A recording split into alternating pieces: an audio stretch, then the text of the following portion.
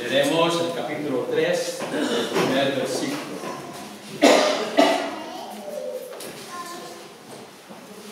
Colosenses, capítulo 3, versículo 1.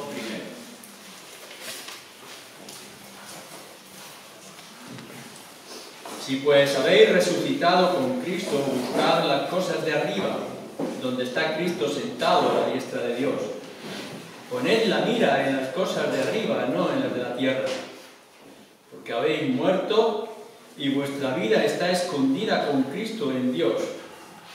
Cuando Cristo, vuestra vida, se manifieste, entonces vosotros también seréis manifestados con Él en gloria. Haced morir, pues, lo terrenal en vosotros: fornicación, impureza, pasiones desordenadas, malos deseos y avaricia, que es idolatría.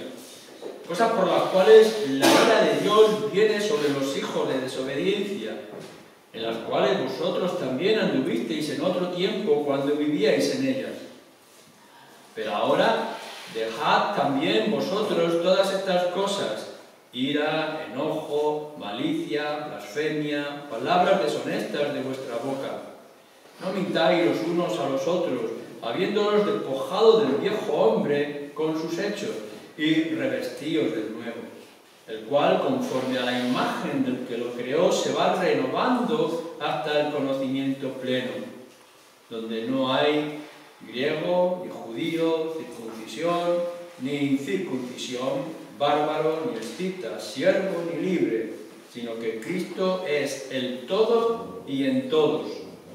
Vestíos, pues, como escogidos de Dios, santos y amados, de la entrañable misericordia, de benignidad, de humildad, de mansedumbre, de paciencia, soportándoos unos a otros y perdonándoos unos a otros, si alguno tuviere queja contra otro. De tal manera que Cristo os perdonó, así también hacedlo vosotros. Y sobre todas estas cosas, vestíos de amor, que es el vínculo perfecto.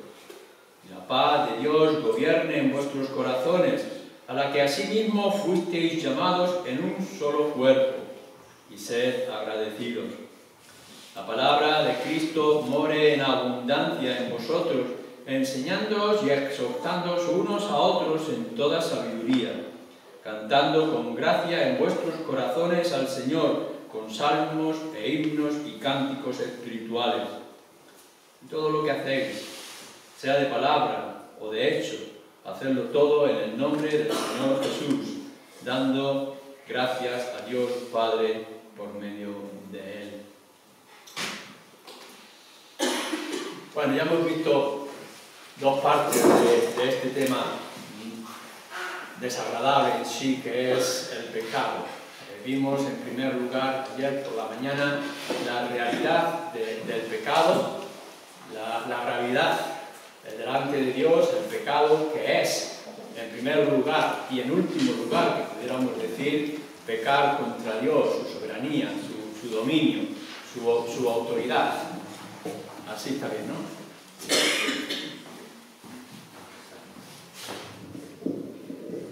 Y luego también por la tarde estuvimos viendo lo que es el pecado en la vida del creyente, que aun cuando ya hemos perdido el dominio que Él tenía sobre nosotros, podemos ver la realidad triste de que los creyentes todavía tenemos el pecado en nosotros, con el cual tenemos que batallar día tras día. Esta mañana lo que vamos a mirar es la parte más dichosa, y es que podemos luchar contra el pecado y podemos vencer al pecado que hay en nosotros.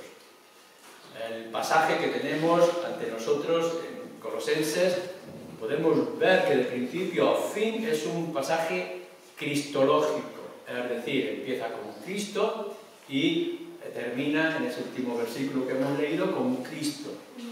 Y nuestra lucha tiene que estar centrada en Él, como ahora vamos a ver. Y podemos seguir todos los pasos.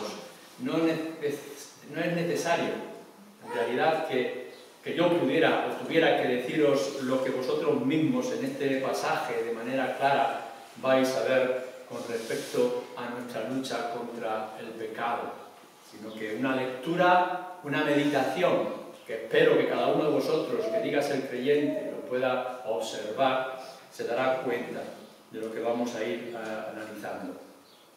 Podríamos ir a otros pasajes que son importantes en nuestra lucha contra el pecado. Por ejemplo, en Efesios capítulo 6 nos habla de la armadura del creyente con la cual nosotros podemos hacer resistencia al maligno. Y que los creyentes, y solamente los creyentes, somos capaces de vestirnos de esa armadura para vencer al maligno. O podríamos ir a otras partes donde nos dice alejarnos del mundo y cómo podemos salir del mundo y que éste no nos afecte. Pero lo que yo quisiera centrar en esta mañana es la lucha contra el pecado en nosotros, como creyentes.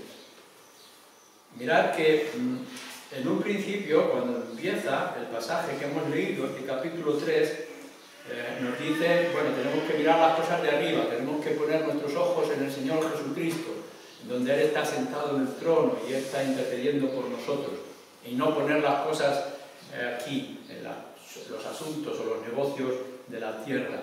Y esto está dirigido a los creyentes, lo que antes erais que ahora ya no sois, nos dice también en el pasaje. Por tanto, esta lucha, este conflicto que hay, pero que podemos ganar y que podemos vencer, está dirigido a los que en esta mañana nos podemos considerar cristianos, creyentes. Y lo vamos a mirar en tres partes. En un primer lugar, cuando está hablando de la lucha en sí misma, nos presenta tres modelos, tres formas de poder luchar o poder actuar contra el pecado que está en ti. En primer lugar nos dice, versículo 5, haced morir pues lo terrenal en vosotros. Y nos trae una lista. Haced morir lo terrenal, es decir, matar lo mundano. Lo que debemos de tener en cuenta, muy importante aquí con esto de matar, de hacer morir, de quitar la vida al pecado, es que Pablo está hablando sin contemplaciones. No hay misericordia posible con el pecado que muere en tu corazón. No le puedes dar opción. Tienes que degollarlo, tienes que ahogarlo, tienes que quitarlo de ti. Mirad que hay algunas situaciones concretas en nuestras vidas donde tenemos que mostrar paciencia. Los pecados de otros hermanos, tenemos que mostrar paciencia con ellos, darles tiempo, etc. Pero en el pecado que hay en ti, Pablo dice, hazlo morir, quítale la vida. No plantees ningún tipo de trato con él, no negocies, no puedes hacer amistad con el pecado. En el momento mismo que tú veas que hay algo indigno o en contra de la ley, alguna iniquidad, tienes que destruirlo, tienes que arrasarlo de tu propia vida. El lenguaje que nos está trayendo Pablo es así de fuerte. No puedes darle oportunidad alguna al pecado que mora en ti. No hay contemplación. No sé si esto lo tenéis claro. Si tú ves en tu vida que hay algunos de esos pecados que están en esta lista u otros parecidos, no tengas misericordia. No es algo que puedas decir, voy a darle un tiempo, voy a pensármelo, voy a meditar. No, arráncalo rápidamente, porque es el veneno que va a traer a tu propio corazón y a tu alma. Ya esté el pecado en la mente, ya esté deseo de tu corazón, o ya sea acciones en tu vida. La segunda cosa, versículo 8, que nos dice, pero ahora dejad también vosotros todas estas cosas. Dejad también ahora. Aquí nos da la sensación de que hay un plan de trabajo. Aquí es poner al lado. Es decir, hay cosas, hay situaciones en la vida que, bueno, están tan arraigadas en ti que lo que se necesita es un trabajo constante. Es como esas enfermedades que necesitan un tratamiento de cada día. Y seguramente en tu vida, esto es un análisis que tienes que hacer tú, porque yo no conozco tu corazón, habrá cosas en las que tú tienes que trabajar. Necesitarás ayuda, compañía de hermanos en la iglesia, alguna disciplina que traer a tu vida, pero que tienes que quitarlo de ti. Pudiera ser tu personalidad. A veces en el mundo pensamos, bueno, mi personalidad es que es un genio fuerte. Bueno, pues a lo mejor el genio fuerte es adecuado en la vida cristiana y tienes que quitarla. A lo mejor es que tú tienes un carácter agresivo que pudiera ser bueno para ciertos negocios, pero no es adecuado. A lo mejor estás acostumbrado a un lenguaje, a un cierto lenguaje, y eso lo tienes que quitar de tu vida. No puedes llegar a decir en ninguna manera, soy así, sino que ese yo soy así tiene que cambiar y tiene que transformarse. Por tanto, hay que ponerlo a un lado, hay que trabajar con ello, hay que ir cambiando. Si tienes ciertas costumbres, las tienes que quitar de tu vida. Algunos de nosotros hemos tenido la costumbre de mordernos las uñas. Yo conocía a un compañero en el colegio bíblico que tenía la manía de arrancarse los pelos de las patillas. Y cuando hablaba y discutíamos de cosas de teología, lo podía ver allí. Y cuando pillaba un pelillo, se lo quitaba. Y son manías que uno tiene, con las cuales tenemos que ir quitando porque llega un momento que ya no tiene pelillo en la mano. Nosotros tenemos esta costumbre arraigada en nuestra naturaleza pecaminosa con la cual tenemos que trabajar. El adulterio tienes que quitarlo constantemente, rápidamente. Hay ciertos pecados que son darles muerte. En cambio hay otros que, aun cuando tenemos que eliminarlos, necesitamos trabajo para ir amoldando nuestro carácter, para ir trayendo mansedumbre, para ir tener dominio propio en nuestras costumbres, en nuestras acciones, en nuestras palabras. Así que nos dice, versículo 5, hacer morir lo terrenal en vosotros. Versículo 8 dice, dejad también ahora, apartaros de estas cosas. Habrá un tiempo, pero hay que ir cambiándolos. Los hábitos malos tienen que desaparecer. Y versículo 9 nos dice, no mintáis los unos a los otros, habiéndoos despojado del viejo hombre con sus hechos. Así que la tercera cosa que nos dice es despojarnos, quitarnos, quedarnos desnudos delante del Señor. Toda aquella ropa inadecuada, sucia, deteriorada, espiritual, la tenemos que quitar delante de los ojos de nuestro Señor. Ante Él no podemos ir con las ropas antiguas del mundo, a donde íbamos, lo que hacíamos, cómo actuábamos.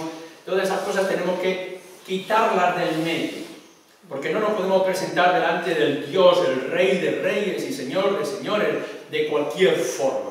Así que Pablo dice, después de dar muerte al pecado y después de dejarlo a un lado, nos dice, quítate de todo aquello que es inadecuado. No podemos ir con el pijama o con ropa de deporte a las bodas del Cordero. Tenemos que ir con toda la elegancia espiritual que se requiere de un cristiano.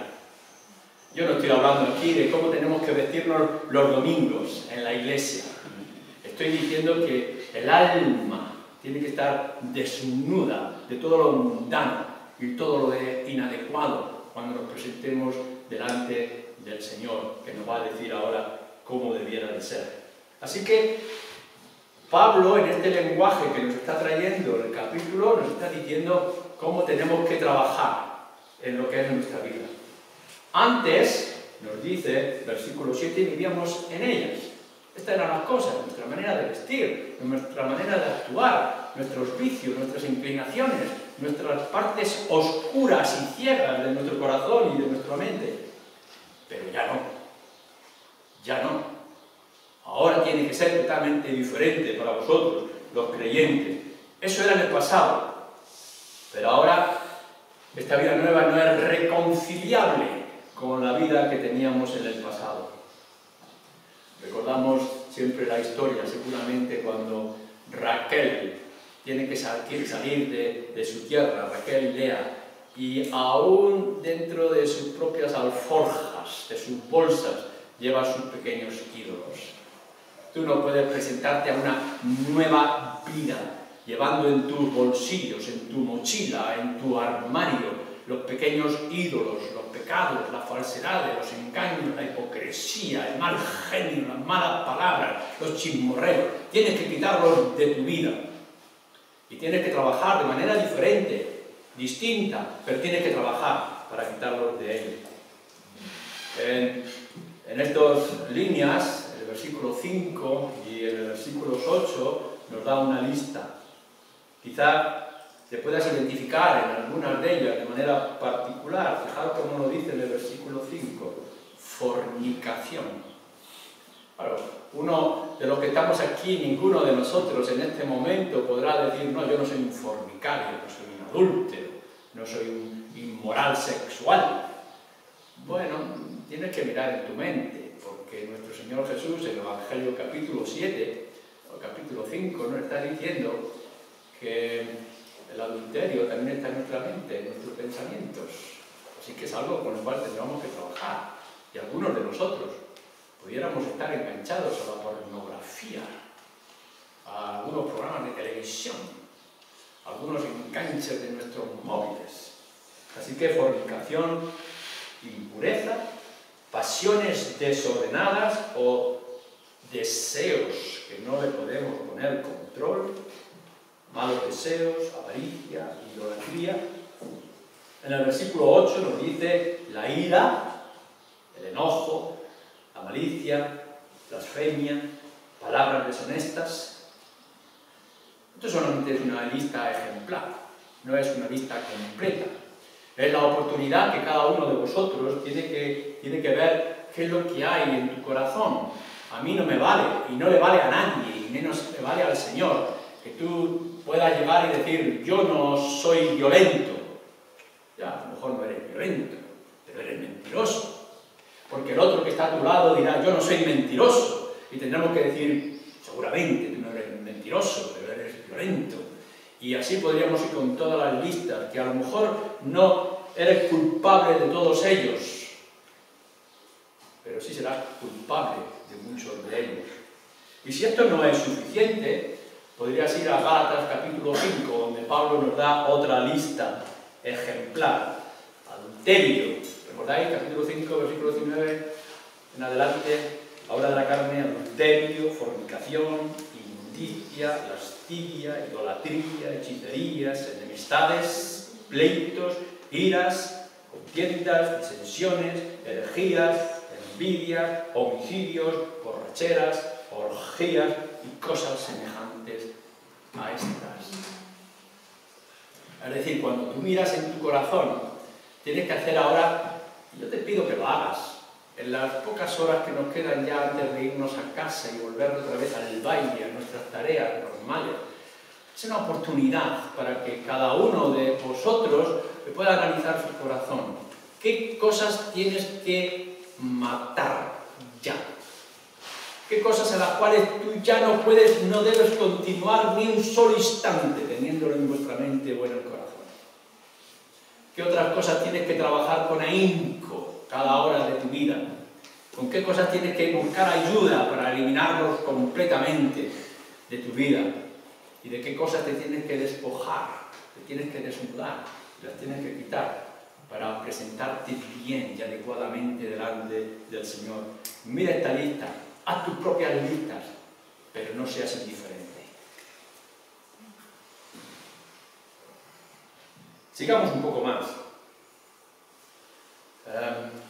Lo que nos va a decir y lo que hemos visto en esta línea, estos tres pasos, matar, dejar a un lado y desvestirse, despojarse, te darás cuenta de que son imperativos. Lo que quiere decir es que es una responsabilidad tuya. Es verdad que tenemos la ayuda del Espíritu, que el Señor no nos deja, pero esto es una tarea personal tuya. Pablo dice, vosotros, tú tienes que dar estos pasos. La justificación y la salvación es una plena obra soberana del Señor. Cuando tú no tenías ningún interés ni tenías ningún deseo, Él te alcanza, te toca y te abre los ojos, te da la vida para que aceptes a Cristo como tu Salvador. Pero esta lucha interna del pecado es tuya. Tendrás la ayuda del Espíritu. La santificación es una colaboración de tu responsabilidad con la gracia divina, que es por parte del Espíritu, pero es imperativo. Tienes que dar muerte, tienes que dejar a un lado, tienes que despojarte de estas cosas. Solamente es una posibilidad para los creyentes. No le podemos decir a un muerto que haga ciertas cosas, porque espiritualmente está muerto y es incapaz. No podemos decir a alguien que es esclavo y está atado, libérate y escapa, porque no puedes, estás atado. Pero el creyente sí. Y por tanto tienes la responsabilidad y el deber, porque, ¿sabéis qué? La indiferencia ante esta situación delante de Dios es también pecado. No hay excusa alguna para que podamos decir que no trabajamos para liberar nuestros miembros, nuestra mente, nuestro corazón, nuestros ojos, nuestros oídos a esta lucha que debemos de tener contra el pecado que mora en nosotros. La Escritura nos da una lista de ayuda ante esta tarea, esta batalla que tenemos constante. Yo os he traído al menos 9. Seguramente podríamos ampliarla más porque la gracia de Dios es extensa y es amplia. Hay armas, no estamos solos. Es nuestra tarea, tenemos la responsabilidad, somos soldados, tenemos que luchar contra ese pecado que nos asedia y que nos apta y que nos trae agonía al alma.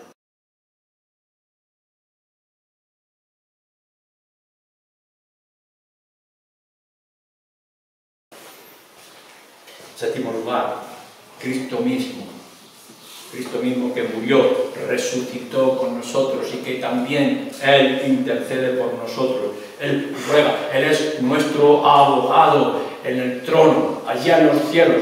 Estamos aquí en el nivel horizontal luchando contra nuestro propio pecado en el corazón, pero allá en los cielos, fijaros bien, allá en los cielos tenemos al Señor Jesucristo intercediendo, siendo nuestro abogado. Y viene el gran acusador y nos dice, eres culpable, mira qué mal genio tienes, mira qué oscuro es tu corazón, mira qué sucios pensamientos tienes, no eres digno de ser cristiano.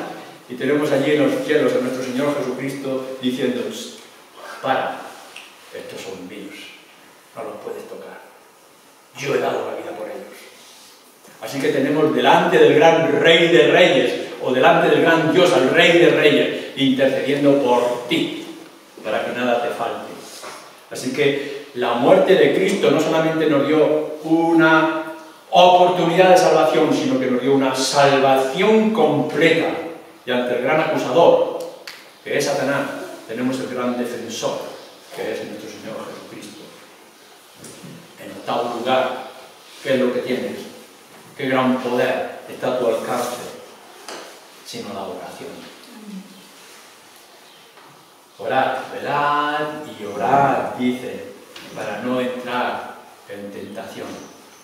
Así que una de las cosas, de los grandes privilegios, mal usados, muy despreciados, muy ignorados, que faltan mucho en las reuniones de nuestras iglesias en la actualidad, es el de la oración. Orad los unos por los otros. No orar para que fulanito se le quite la hernia que tiene. No es orar simplemente para que menganito pueda encontrar el trabajo que le falta, o para que no se me rompa el coche en el viaje al retiro de iglesia, sino orar al Señor para que nuestras almas se mantengan puras y limpias y fuertes, para que nuestro hermano caído pueda lo antes posible levantarse de su caída, para que ese matrimonio deteriorado por la infidelidad, por la arrogancia, las malas palabras pueda solucionarse. El poder de la oración, donde estéis 2 o 3 reunidos en mi nombre, entonces mi Padre que está en los cielos responderá de manera clara. La oración de fe, nos dice la Escritura, puede mucho. La oración de fe puede mucho y nos hace falta. La fe, la escritura, la conciencia, la memoria, el amor de Cristo, el Espíritu Santo, Cristo mismo, la oración. Por último, también, al menos en mi lista, la comunión fraternal. Los hermanos juntos. Si alguno se ha extraviado, el hermano le haga volver, porque el amor cubre multitud de pecados, multitud de faltas. Así que, en medio de esta batalla, no solamente tenemos todo este ejército inmenso que hemos dicho, sino que también tenemos otros hermanos que se identifican y que nos comprenden. Cuán alivio es que alguien extienda su brazo sobre las personas heridas. Cuán instructivo es saber que nuestros defectos y nuestras luchas no son únicas en nuestro propio corazón, sino que otros lo comparten y que han sobrevivido. Y si Él pudo, y si Él puede, ¿cómo no lo voy a poder yo? Cuán bueno es que nos podamos compartir los gozos y las sombras, lo bueno y lo malo. Alguno de nuestros hermanos comete pecados, oremos para que el Señor pueda quitar esos pecados, esas luchas. Santiago, capítulo 5, versículo 19, Primera de Juan, capítulo 5, versículo 16, Gálatas 6, versículo 2, sobre llevar las cargas los unos sobre los otros. No hay carga lo suficientemente pesada que no puedas llevar con la ayuda de otros hermanos. Cuán importante es la comunión cristiana en la lucha contra el propio pecado.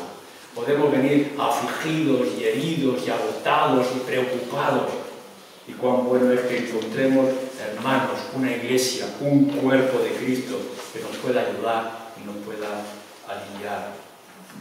Así que, fijaros bien, tenemos toda esta lucha de matar, dejar a un lado el pecado, de descubrirnos, despojarnos de todo ello con todas estas armas que hemos podido ver. Y nos dice el versículo 10, viendo este pasaje, y revestidos del nuevo. Y versículo 12 nos vuelve a repetir, vestíos pues como escogidos de Dios. Claro, antes hemos hablado de morir y de despojarnos y todo esto, pero no podemos quedarnos desnudos, tenemos que vestirnos. No puedes ponerte una ropa sobre otra. Has estado, bueno, ayer me enseñaban dos personajes de aquí de la congregación llenos de barro, cruzando no sé qué sitios y llenados completamente de barro. Y podrán decir, no nos podemos presentar con esta imagen llena de barro y de suciedad, pero no nos podemos vestir encima la ropa limpia. Tenemos que quitarnos una cosa para podernos poner otra. No podemos estar llenos de la grasa del taller y vestirnos de la ropa de domingo para estar delante de nuestro Señor. Tenemos que quitarnos una cosa, dice, si despojaos, ahora tenéis que vestiros. El trabajo de diario, mundanal, lo dejamos a una parte y ahora no nos presentamos desnudos. Es una renovación y es una renovación progresiva. Lo que tenemos que hacer los creyentes en nuestra lucha contra el pecado, es ir eliminando aquello que está mal delante de los ojos del Señor, pero tienes que ir añadiendo cosas que son buenas y dignas delante del Señor. Es decir, hay que desnudarse y hay que vestirse. Ahora hay que vestirse a la imagen, nos dice el versículo 10, a la imagen de nuestro Señor Jesucristo, de su carácter, de su mansedumbre. He visto por aquí, por ejemplo, cómo representa la ropa a algunos de las personas que estamos. Así que a los niños les gusta Spiderman. Hemos visto su ropita, su camiseta con Spiderman. A los que sois forofos del Madrid, la camiseta blanca del Madrid. Los que son del Barcelona, con la camiseta del Barcelona, que no sé cómo es, del Barcelona.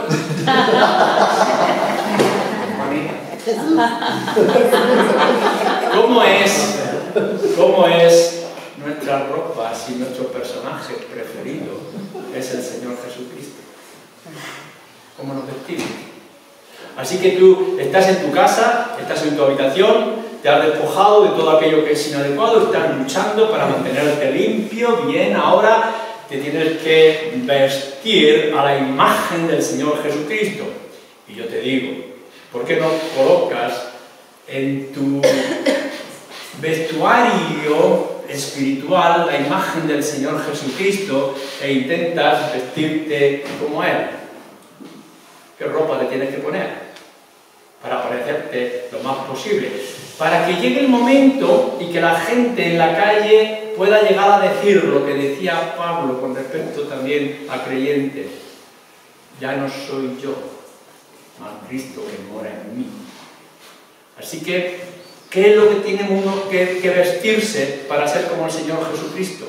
Y nos fijamos en Él, como Él era manso, cómo respondía, cómo actuaba, cómo era su paciencia, cómo era su carácter, cómo era su genio, cómo era capaz de coger un látigo para expulsar a los ladrones del templo, cómo era su lenguaje para poder decir sepulcros blanqueados, aquellos fariseos engañosos, pero a la misma vez cómo era tierno con aquella mujer adúltera cuando se la presentaron, y cómo cogía con ternura a los niños. ¿Cómo tenemos que ser nosotros los creyentes? Vístete como el Señor Jesucristo. Nuestro Señor Jesucristo no es únicamente nuestro Salvador, sino que es nuestro modelo. Imitarle a Él. Pablo dice, imitadme a mí, como yo imito a Jesucristo. ¿Es esta así nuestra actitud? Vestirnos a la imagen de Cristo. Y seguimos. Todo esto, toda esta meta, ¿para qué? Versículo 11 de nuestro pasaje, donde no hay griego, ni judío, circuncisión, ni incircuncisión, bárbaro, ni escita, siervo, ni libre, sino que Cristo es todo y en todos. Esta es nuestra meta. Que desaparezcamos nosotros, quedemos anulados. Solamente quede Cristo en nuestra mente, Cristo en nuestro corazón, y Cristo en nuestros ojos, y sobre todo Cristo en nuestros labios, para poder anunciarlo una y otra vez. O nos dice el versículo anterior, vestido de nuevo, el cual conforme a la imagen de aquel que lo creó se va renovando ¿hasta qué? Hasta el conocimiento pleno, conocimiento de Cristo, conocimiento transformador de nuestra vida, de nuestra manera de pensar, nuestra manera de hacer, nuestra manera de sentir. Pero no solamente el versículo 11 o el versículo 10, sino que también nos dice el versículo 12, vestidos pues como escogidos de Dios, santos, llamados, de entrañable misericordia, de benignidad, de humildad, de mansedumbre, de paciencia.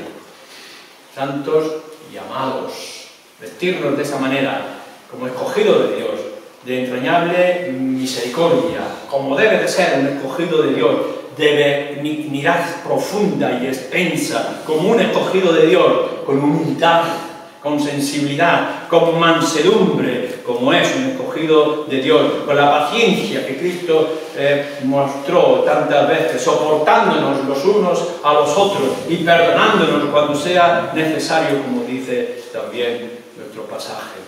Como escogidos de Dios. ¿Cómo actúa un escogido? ¿Cómo actúa un seleccionado de Dios? ¿Cómo actúa? Lo podemos ver, los que os gusta tanto el deporte y el fútbol, y se pagan millones y millones de euros por un jugador que viene de Latinoamérica o de África o de cualquier otro lugar, y ese jugador que se espera que manifieste los millones que se han gastado en él. No puede jugar como un niño, tiene que jugar como un profesional, porque tiene que mostrar que merece, son millones y millones de euros que se han pagado. ¿Cómo debe actuar un creyente que ha sido redimido por lo más precioso y lo más valioso que podemos imaginar, que es la misma sangre del Señor Jesucristo? Si Él ha dado su sangre por ti, ¿cómo vas a actuar tú? ¿Cómo tiene que actuar un escogido de Dios, el cual ha dado la vida de su Hijo por ti?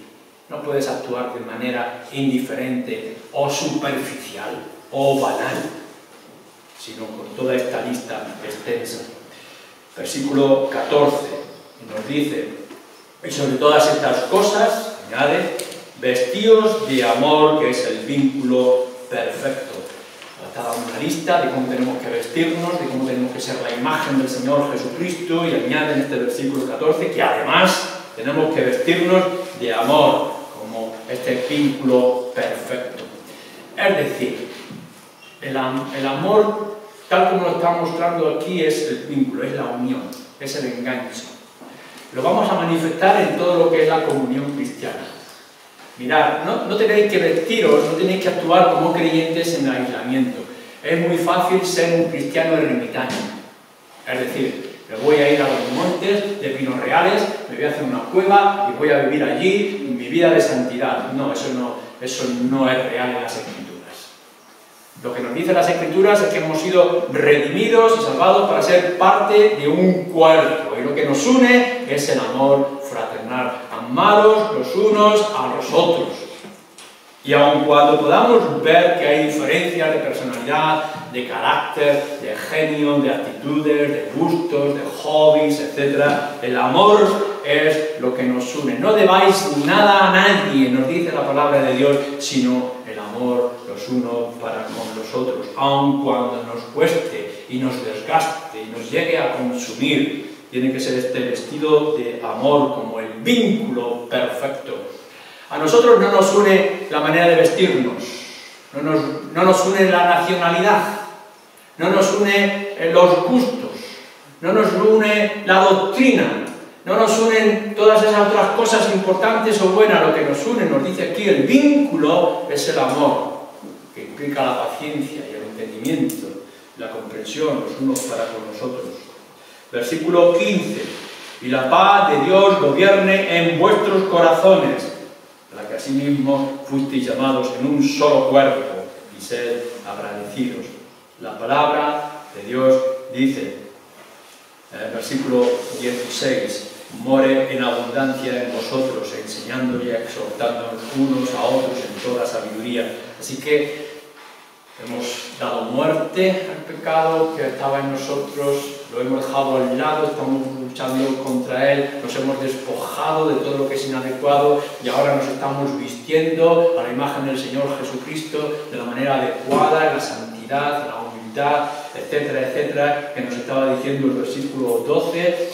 Nos vestimos de este vínculo que es el amor los unos para con los otros, gobernando nuestro corazón con la paz de Dios y la palabra de Cristo morando en nosotros, la Escritura, ejerciendo las Escrituras, porque esto es lo que implica la palabra de Dios morando. No es simplemente que la guardes, sino o que la memorices, sino que la ejerzas y la compartas y la disfrutes, y te llenes de gozo de esa palabra de Dios. Y todo esto en el contexto, nos dice el versículo 12 en adelante, de la comunidad, de la iglesia, de la relación los unos con nosotros. Y por último, y volviendo hacia atrás, versículo 11, que hemos dicho anteriormente, ya no somos ni siervos ni libres, sino que Cristo es el todo y en todos. Versículo 13, entonces, con respecto a nuestro Señor Jesucristo, de la manera que Cristo te perdonó, así también tú tendrás que perdonar. Cristo lo es todo en todo. El versículo 16, la palabra de Cristo more en ti, y cantando con gracia al Señor. Versículo 17, hazlo todo en su nombre. Es decir, desde el primer versículo hasta el último versículo, este 17, constantemente nos está hablando de Cristo, Cristo, Cristo. Cristo es nuestro modelo, Cristo es nuestro Salvador, Cristo es nuestro vestido, Cristo es nuestra imagen, etcétera, etcétera. Cristo, Cristo, Cristo. Mira, en resumen, si quieres vencer el pecado que hay en ti, porque puedes hacerlo, lo que tienes que hacer es hacer tu vida cristológica. Que Cristo sea el centro, sea el todo. Mira, lo que te mantiene no es la familia, unos buenos padres. Lo que te mantiene no es la educación. Lo que te mantiene no son las instrucciones, no son los ejemplos. Lo que te mantiene es una vida centrada en Cristo. Tus ojos tienen que estar enfocados en Él. Tenemos una carrera que correr, un camino que seguir. Y Pablo lo expresa de esta manera: puesto los ojos en Cristo, el autor y consumador de nuestra fe. Así que no miro todo lo que hay a mi alrededor, sino que miro a Cristo. ¿Qué tengo que hacer para acercarme más a Él? ¿Qué tengo que hacer para sentirlo? ¿Cómo tengo que actuar para tenerlo en mi corazón? Para que no se escape ni un solo instante en mi vida. Cristo, Cristo dentro, Cristo en los labios, Cristo en los ojos, Cristo, Cristo. Y si estás centrado en Cristo, ¿quién podrá atreverse? Ni aun siquiera el mismo Satanás podrá atreverse a atacarte. Quiera el Señor que tú y yo, todos nosotros, los creyentes, podamos aferrarnos a Cristo más y más, porque será la mejor manera de vencer el pecado que está en nosotros. Y los que no sois creyentes, jóvenes y mayores, lo único que necesitas es un liberador. Es alguien que te rescate, que te libere, que tome tu lugar, que pague tus pecados, que te dé la vida eterna, y que es el Cristo en la cruz y el resucitado de la cruz. Amén. Vamos a ver. Padre y Señor nuestro, tenemos que sentir cada uno de nosotros, los tuyos, que aún estamos afligidos por el pecado que está en nuestro corazón. Nos entristece saber que aún hay manchas y que esas manchas tú las aborreces. Nos duele, Señor, cada ofensa que hemos hecho contra ti y contra tus palabras, nuestra actitud y nuestras obras, nuestros pensamientos, nuestros deseos. Pero a la misma vez, Señor, te damos las gracias porque no nos dejas solos. Si tú has empezado esta obra en nosotros, sabemos que la terminarás de manera victoriosa. Pero mientras tanto, en este camino, Padre nuestro, ayúdanos, no nos dejes solos. Si caemos, levántanos y si es posible, evita que caigamos. Queremos darte las gracias porque Cristo es nuestro Salvador, pero también es el que nos sustenta, y es el que nos abriga, y es el que nos abraza, y es el que nos da sombra, y es el que nos da luz, es el que endulza nuestras vidas y nuestro aliento, es nuestra esperanza, es nuestra meta de cada día. No permitas que nada ni nadie dentro de nosotros o fuera de nosotros nos pueda apartar ni un instante, ni un centímetro de la imagen, de la obra, la persona de tu Hijo Jesucristo, en cuyo nombre oramos. Amén. Amén.